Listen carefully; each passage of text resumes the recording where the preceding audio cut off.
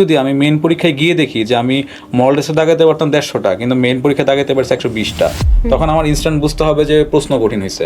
আমরা একটা জিনিস জানি, এটা মোটামুটি বিসিএস এর একটা মিথ বলা যায়, যে বিসিএস এর কোনটা পড়বো তার থেকে কোনটা বাদ দিব এটা বেশি ইম্পর্টেন্ট। এবং আপনি যখন একটা পারা প্রশ্ন ভুল করতেছেন তখন কিন্তু আসলে 1.5 মার্ক খারাপ, 1.5 মার্ক কাটা যাচ্ছে।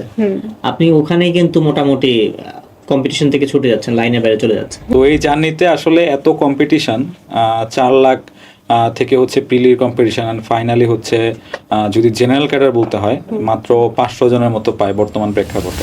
তো এই জার্নিতে আসলে এটা রিয়েলিটি মাইনেই নিতে হবে যে আমার সাকসেস রেট খুবই লো। তো সেই জায়গা থেকে আমার প্রিপারেশনও থাকতে হবে টপ নচ, আর পাশাপাশি বিসিএস হচ্ছে মেধাবী ধৈর্যশীল জিনিসটা হচ্ছে প্রেশার নিতে পারে, তাদের জন্য হচ্ছে এই বিসিএস।